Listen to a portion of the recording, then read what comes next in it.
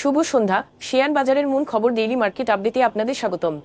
DSEX আজ 19.28 point বা 0.39% বৃদ্ধি পেয়ে 4,922 পয়েন্টে স্থির রয়েছে। বাজারে মোট লেনদেন রয়েছে 364 কোটি টাকা, যা আগের কর্মদিবসের তুলনায় 0.54% কম। আজকের বাজার ঊর্ধ্বমুখী রাখতে মূল অবদান রেখেছে ব্যাংক খাত থেকে ইউনাইটেড কমার্শিয়াল ব্যাংক, আল আরাফা ব্যাংক এবং এক্সিম ব্যাংক, শিল্প খাত থেকে খান ব্রাদার্স পিপি উবিন ব্যাগ ইন্ডাস্ট্রিজ এবং ওষুধ খাত থেকে রেনিদা। খাতভিত্তিক রিটার্নের ক্ষেত্রে মিউচুয়াল ফান্ড খাত সর্বোচ্চ 3.97% লাভ করেছে এবং বীমা খাত 2.29% লাভ করে দ্বিতীয় অবস্থানে রয়েছে। অন্যদিকে সিমেন্ট খাত আজ 0.50% ক্ষতির সম্মুখীন রয়েছে। আজকের শীর্ষ 20 গেইনার তালিকায় 10টি মিউচুয়াল ফান্ড অন্তর্ভুক্ত ছিল।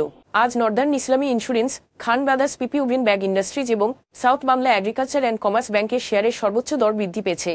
অন্যদিকে সর্বোচ্চ দরপতন হয়েছে বারাকা পাওয়ার, প্রিমিয়ার লিজিং অ্যান্ড ফাইন্যান্স এবং ইউনিয়ন ক্যাপিটাল শেয়ারের। উক্ত শেয়ারগুলোর ক্ষেত্রে কোনো মূল্য সংবেদনশীল তথ্য প্রকাশ করা হয়নি। সাম্প্রতিক 3 মাসের গড় লেনদেনের তুলনায় আজ CPM IBBL Islamic mutual fund, United insurance এবং বারাকা পতেঙ্গা পাওয়ারের লেনদেনের পরিমাণ উল্লেখযোগ্যভাবে বৃদ্ধি পেয়েছে। তবে এই শেয়ারগুলোর লেনদেন বৃদ্ধির স্বাভাবিক কোনো কারণ প্রকাশ করা হয়নি। আজকের শীর্ষ দুটি সংবাদ। নতুন প্রণীত ব্যাংক রেজলিউশন অধ্যাদেশ 2025 অনুযায়ী তফসিলভুক্ত ব্যাংকের শেয়ার হস্তান্তরের মাধ্যমে অস্থায়ীভাবে দায়িত্ব গ্রহণ করতে পারবে যদি হস্তান্তরের প্রাপক হয় কোনো সরকারি প্রতিষ্ঠান। এই অধ্যাদেশের আওতায় যদি কোনো ব্যাংকের মালিক তার ব্যক্তিগত স্বার্থে ব্যাংকের সম্পদ বা অর্থ প্রত্যক্ষ, পরোক্ষ বা প্রতারণামূলকভাবে ব্যবহার করেন, তবে বাংলাদেশ ব্যাংক রেজলিউশন প্রক্রিয়া শুরু করতে পারবে।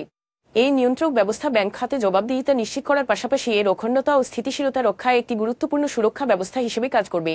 বাংলাদেশ ব্যাংক একটি নতুন নিষেধাজ্ঞা জারি করেছে, যার অধীনে ব্যাংকের পরিচালক, তাদের পরিবার এবং সংশ্লিষ্ট ব্যবসায়িক প্রতিষ্ঠানসমূহ নিজ নিজ ব্যাংকে তাদের শেয়ারের প্রকৃত মূল্যের 50% বেশি ঋণ নিতে পারবে না। এই সীমিত পরিমাণ ঋণ ও কঠোর যাচাই বাছাইয়ের আওতায় থাকবে। এই উদ্যোগ দীর্ঘদিনের একটি প্রচলিত অনিয়ম, ব্যাংককে ব্যক্তিগত অর্থায়নের উপায় হিসেবে ব্যবহার, দমনে গৃহীত হয়েছে।